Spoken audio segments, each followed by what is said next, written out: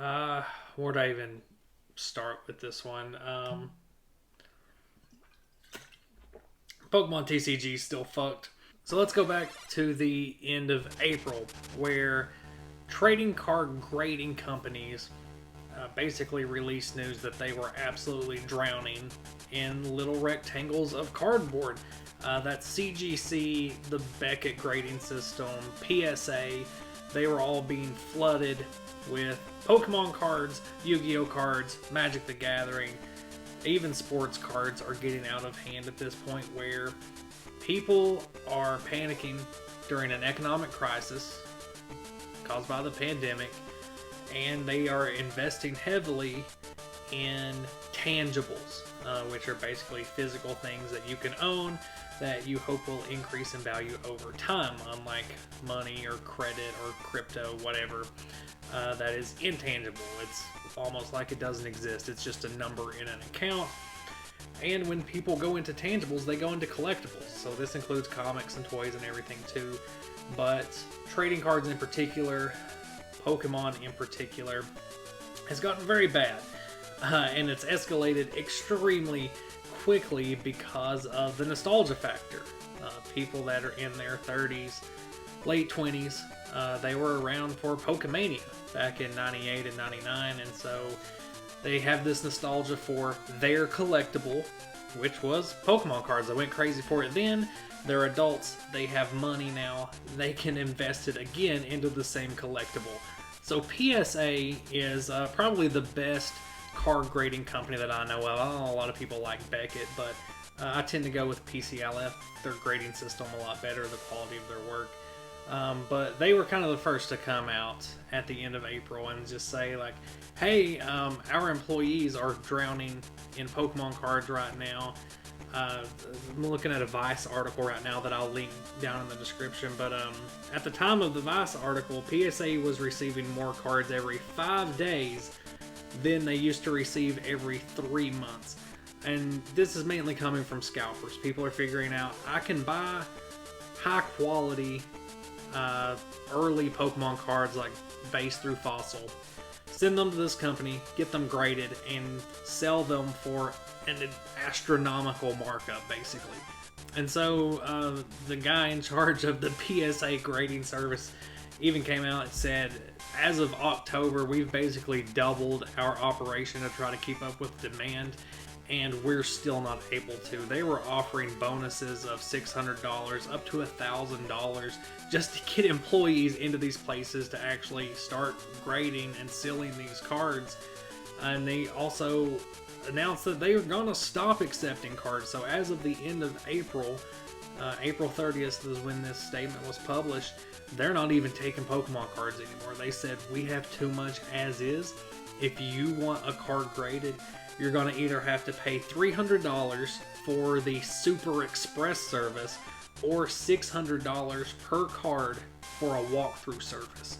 eBay has even introduced a new feature where you can just scan a picture of the card directly in the same way that you are already able to do with a barcode, and it would generate a listing for you because there are so many trading cards being sold on eBay right now. And it's a huge source of income from them. They're taking full advantage of this pandemic, of this weird, crazy market crisis thing with trading cards that a lot of scalpers have really gotten into. So as this was happening at the end of April, early May, I thought about doing an update video, but I was like, it's not big news. PSA's not taking orders anymore. Beckett and CGC are making these statements as well, saying that they're overwhelmed, that they're going to have to limit the amount of trading cards being sent to them. And then things just kept getting out of hand. So on May 7th, the new Japanese set EV Heroes was set to release. When it did so on the Pokemon Center website, the website crashed because people were wanting to get the new set of cards more quickly than anyone else. And this was mainly because scalpers had set up all of these bots to basically buy out all of the stock as soon as it hit the website.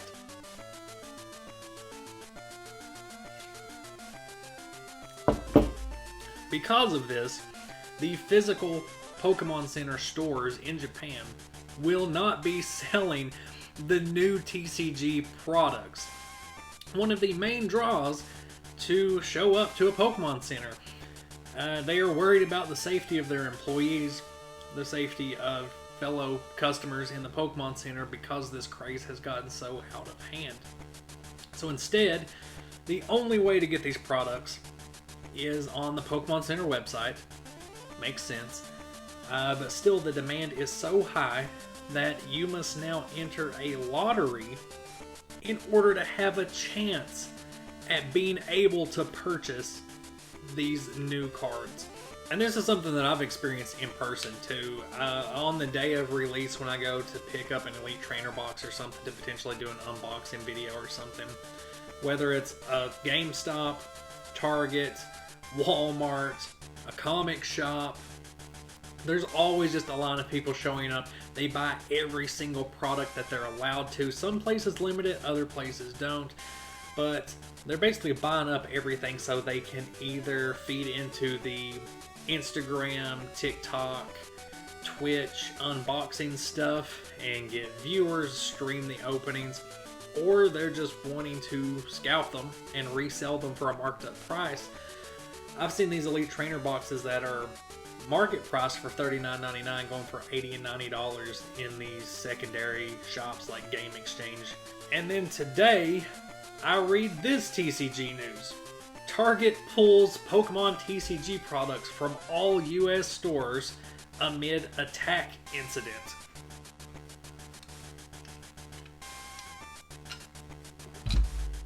So on May 7th, a man was attacked in a Target parking lot by 5 other men, and it has been linked to sports trading cards. This is following a trend of Target and Walmart and other big box stores getting wiped completely clean of their TCG products the same day that they get them. People waiting in line for the store to open, going straight to the TCG section, clearing it of everything, and then just scalping everything for a profit. This has been a trend throughout the entire pandemic, but it seems to be getting worse and worse.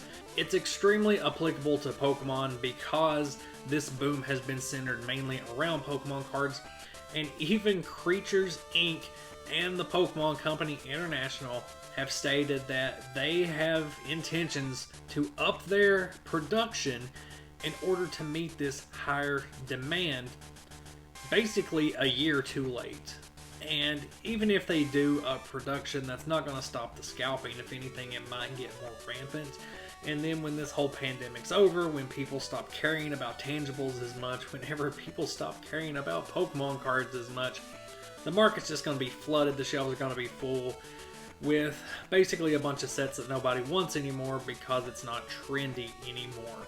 I used to be a stocking manager at Target, and I have personal experience with this where people would show up at midnight and wait in line outside the doors in order to get the newest Funko Pop as the boxes were open.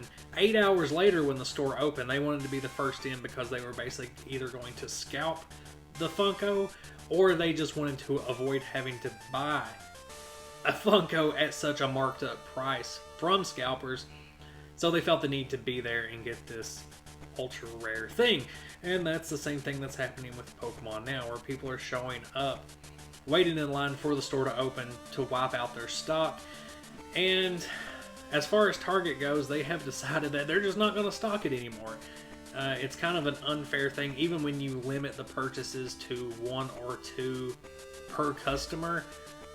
People can still exploit it. They can bring their entire family with them and still wipe out an aisle right when the store opens at 8 a.m. or whenever it is.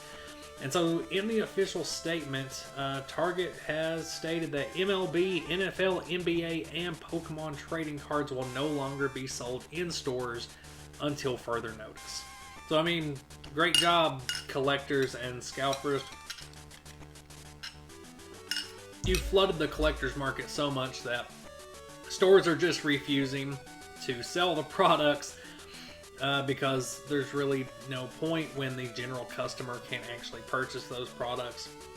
The people that are buying these online for the marked up prices are definitely going to regret it, as the price will eventually go back down once this pandemic and this craze is over, because it's gotten to the point where people are willing to actually physically harm another person in order to get small pieces of collectible cardboard.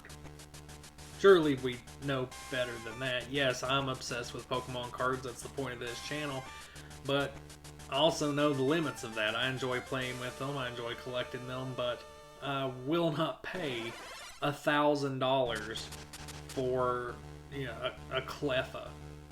I don't know if that's a real thing, but I'm just gonna assume that it is. Okay, so 2 years ago, not long before the pandemic hit, I decided that I wanted to start collecting slabbed Pokemon cards. I was already collecting CGC comics. I liked that they were slabbed. You didn't really have to worry about the condition deteriorating all that much. And so I thought, yeah, I'll get some slabbed Pokemon cards. And so I got some PSA 10 versions of the starters. So Squirtle, Charmander, and Bulbasaur from base set. All PSA 10. And I got these on eBay for $10.99 each. These are now selling for over $300 a piece for no reason other than demand has skyrocketed because it's trendy. Like, I got a ton of other cards like Ancient Mew, let's see, got like a Wigglytuff, just a lot of the archetype basics like Scyther, Hitmonchan, Electabuzz, Mewtwo, of course, both versions. Even got that movie promo Pikachu. Like, I got a ton of these PSA 9 Pokemon cards because at the time, PSA 9s were garbage. The hardcore collectors only wanted 10s, and so they were just selling off all of the 9s they got on returns for really cheap prices, honestly. And for me, I just liked having them sealed as nice collector's pieces, something just to get out and look at every now and then. But now, people are selling like grade 6s for hundreds of dollars, depending on the card, and it's absolutely ridiculous. The bottom line being that the Pokemon fans were always buying Pokemon cards and merchandise, but with the huge influx now, those fans can't get access to those products anymore without paying astronomical amounts of money, which is just not acceptable. It's this secondary scalper market that has caused all of this, not people that are actually caring about the fandom or the cards, but more caring about just the trend and the amount of money that can be made. Which, is understandable, but also infuriating. I see this all the times when I go to anime conventions and stuff, where people are waiting in lines of these voice actors to get suitcases full of Funko signed just so they can sell them on eBay. And everyone in line knows where those Funkos are going. The talent that's signing them know exactly where it's going. And it really just brings down the fandom. Like right now, Pokemon cards, yeah, it's funny to talk about that, yeah, they're back, and people are paying thousands of dollars, and all the 90 kids like me that kept their cards are basically sitting on hundreds of thousands of dollars, but that's not why I like the cards. I didn't keep them because I hoped they would be worth more someday. I kept them because I like them, and I enjoy them, and it reminds me of when I was kids, so I'm not saying I'm like the most diehard Pokemon fan out there, but I definitely understand people that are getting frustrated that new Pokemon sets are coming out and they can't get any of the products because they're selling out for these hyper-committed people that are trying to make a quick buck. I'm thankful that Pokemon is popular again. It's probably helped this channel a lot, but we've seen this with Beanie Babies, Furbies, Tickle Me Elmos, those fucking LOL capsule things that people were doing opening videos for. People were going crazy for those for like 10 minutes. It's gonna go away eventually, and prices will return to normal. Of course, Pokemon cards and merchandise aren't going anywhere. It's the biggest multimedia franchise in history at this point. But all this scalping business, all of this craze, all of the trends going around unboxing videos and Logan Paul spending $2 million on a Pokemon card, like, it'll all go away eventually. Part of it is getting on the other side of this pandemic that seems like it's never going to end, but have faith that things are going to get better. That's the only real advice I have for you, other than get a good drink in your hand. Bye.